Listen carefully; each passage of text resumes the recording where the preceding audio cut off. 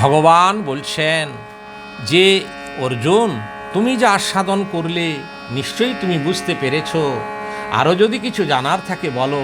হে কৃষ্ণ, প্রথমে শ্রদ্ধাযুক্ত হয়ে যোগে প্রযুক্ত হয়ে পরে শিথিলতার জন্য চঞ্চল চিত্ত হয়।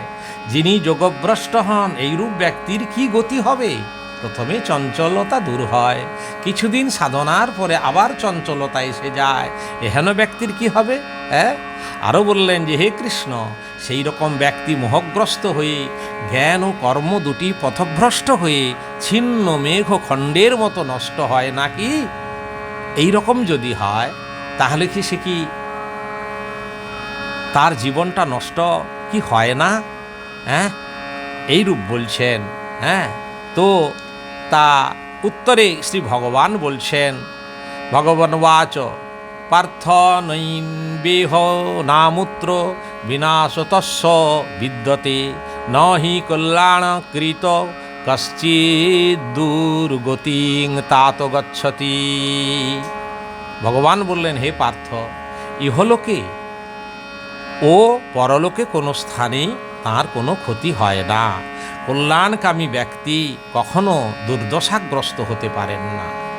অতএব যিনি প্রথমে মনকে চঞ্চলতা দূর করে ফেলেছেন, পরে তার চঞ্চলা কিছু সময়ের জন্য এলেও আবার ঠিক হয়ে যাবে, চঞ্চলতা দূর হবে, তার কোনো অনিষ্ট কেউ করতে পারে না। কোনো ইন্দ্রিয় তাকে চাপ সৃষ্টি করে তার আবার চঞ্চলতাকে ফিরিয়ে আনতে পারে না। প্রাপ্য পুণ্যক্রেতাং লোক নুষিত্বা শাশ্বতী সমা শুচিনাং শ্রীমতাং গেহে যোগভ্রষ্ট অভিজায়তে।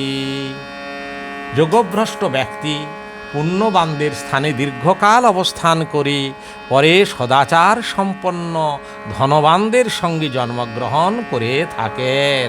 আবারও বলছেন, অথবা যোগী নামেব কুলে ভবতি ধীমতাম এতদ্দি দুর্লভতরং লোকে জন্মযদ্দি দৃশম। অথবা সেই ব্যক্তি যোগীকুলে জন্মলাভ করেন, এই জন্য এই জন্ম জগতে খুবই দুর্লভ জানবে। সেই ব্যক্তি পরে যোগীকুলে জন্মলাভ অবশ্যই করবে।